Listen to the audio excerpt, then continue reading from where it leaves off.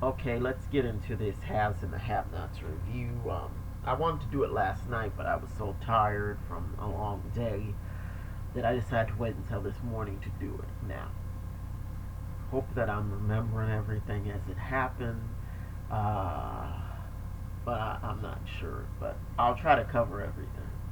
Okay, so we start out with Wyatt in prison. We know what happened to poor Wyatt last week. But we find out that this inmate there was not even supposed to be in the cell with him. Because when the guards come, they are like, "What are you doing in here? You need to get out of here." And they get him out of there, and then the one guard's like, "We need to get Wyatt to the infirmary."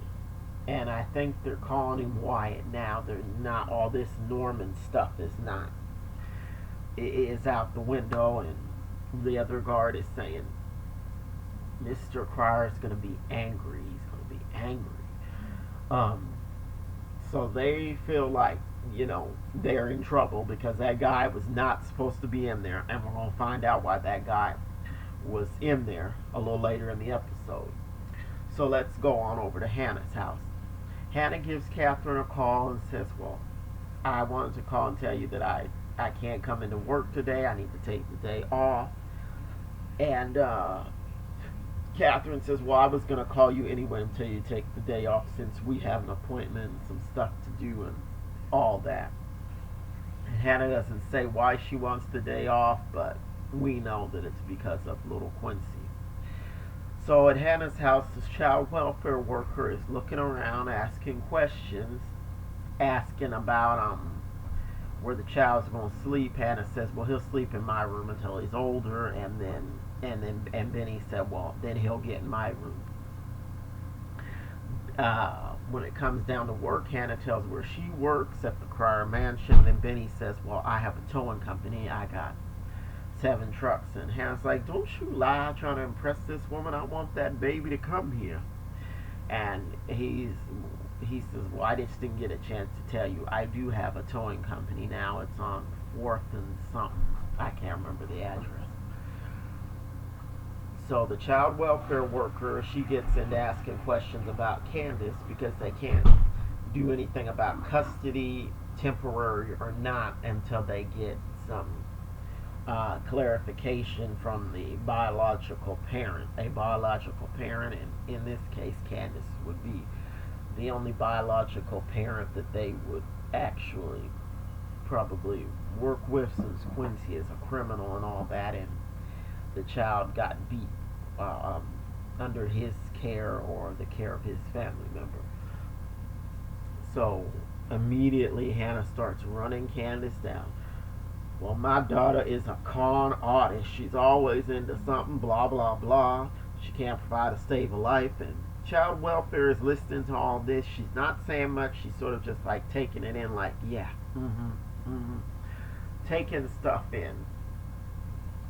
So back at the hospital, they're waiting for Candace to arrive.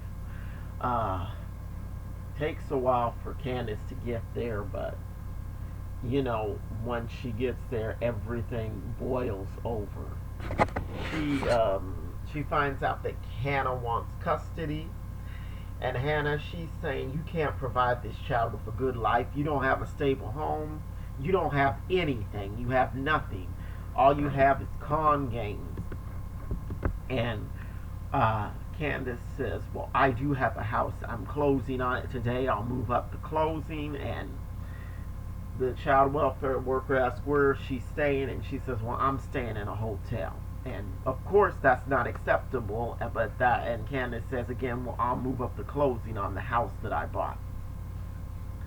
Um, Candace uh, says that when it comes down to a job, Candace says, "Well, I'm not a lawyer yet. I'm taking the bar soon." And Benny says, "Well, she's working at a law firm now."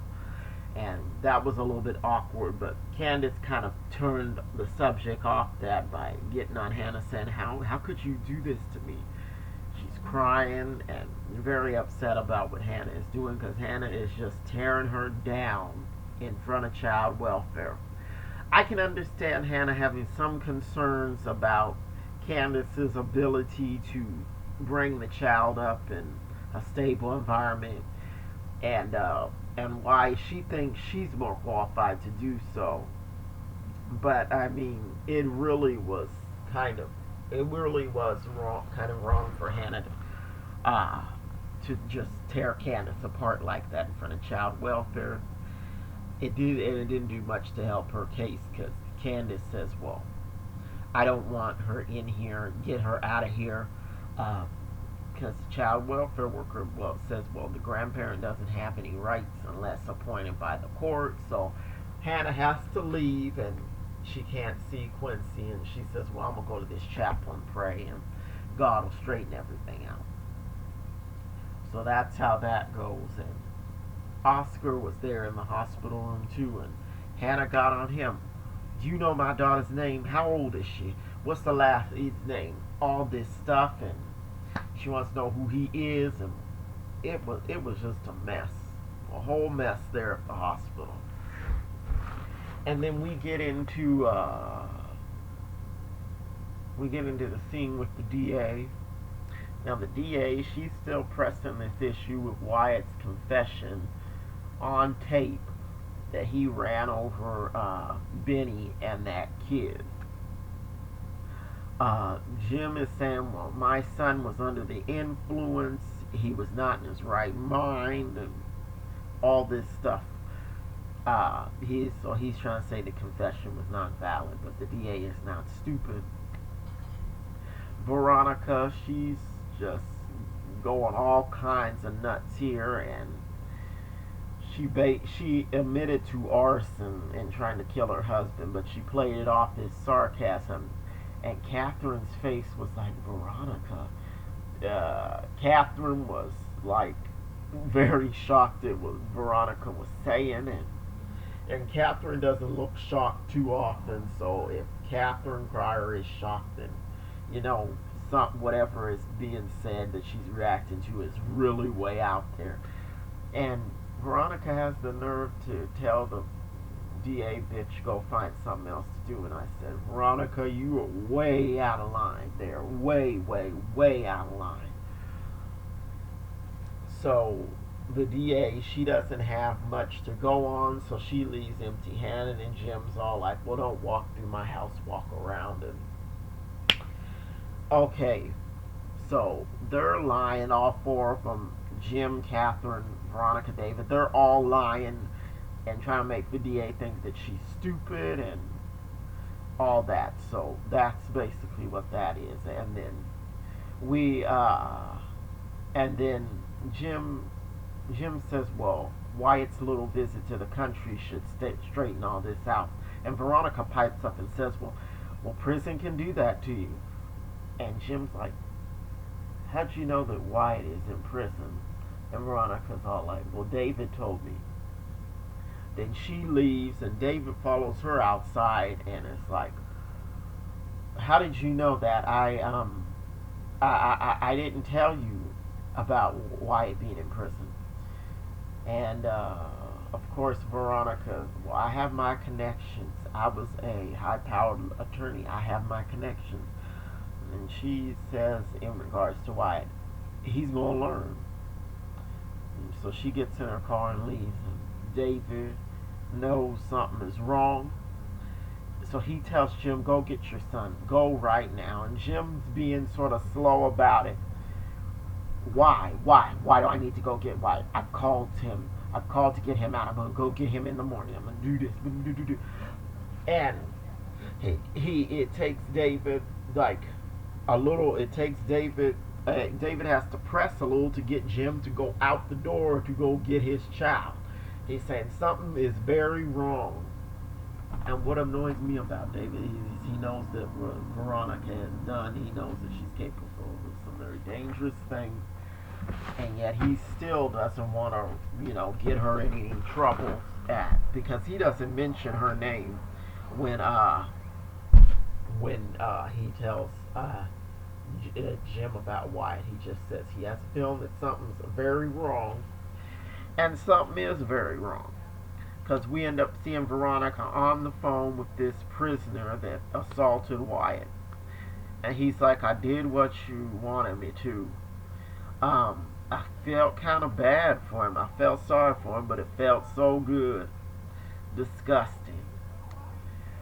That's what Veronica says after she hangs up the phone. Now, we find out that she said she was going to pay this guy to do this to Wyatt. And when he asked, well, when's that money going to hit my books? Veronica goes, click, disconnects the call. Prisoner is mad because he knows he's not going to get his money. But that's what he gets. He shouldn't have been taking money to do something like that. No money for him, and Veronica's like, never. So he's not going to see that money. So Veronica, she starts bugging Benny about coming over to see him, and Benny's like, okay, I'll be there in an hour or so. An hour or so is not a time, Benjamin. And Benny, he's mad. He's like, look, lady, do you want me to go off on you? And she's all like, what, go off on me? You need to take that tone out of your voice. And I think Veronica she must have been thinking she was talking to Jeffrey or somebody, because I think she's messing with the wrong person when it comes to Benny, because he's not playing. He told her, well, you can't be asking me all these questions and all this because I'm not your man. And so after he hangs up, she's looking real crazy. You should have told him, like, who do you think you are? And then she gets to laughing like, so she's losing it more and more by the minute. So her and Benny meet up later, and she tells him, I'm not going to be married that much longer, because he has an issue with her being married and them messing around. So they end up messing around again. But Maggie's private eye has followed her there, and he sees that Veronica went into the tow yard, or the office of the tow yard. So of course, Maggie, she wants David to find out what's going on. So she goes to David and says, you need to take a ride with me. I want to show you something. So they arrive at the tow yard, and by the time they come out, Veronica's doing her little stroll out of the tow yard, and he's like, Veronica. Now, David and Maggie are thinking two different things. She wants him to be thinking that his wife is having an affair. But David starts talking about the car. He asks Maggie, what do you know about the car? So now Maggie may know about the car and that whole mess. And so it was a pretty good episode. But I think next week's going to be even better, because it looks like they got some good stuff planned for next week. This review is clocking in a lot shorter than my usual reviews. I hope I covered everything. If I missed something, I'm sorry about that, but it's kind of hard to remember when I don't take notes. I didn't take notes this time, so thanks for watching. If you enjoy these reviews, like, comment, subscribe. Please always tune in every week with me when I review the haves and the have-nots. And I will see you next week. Take care and deuces.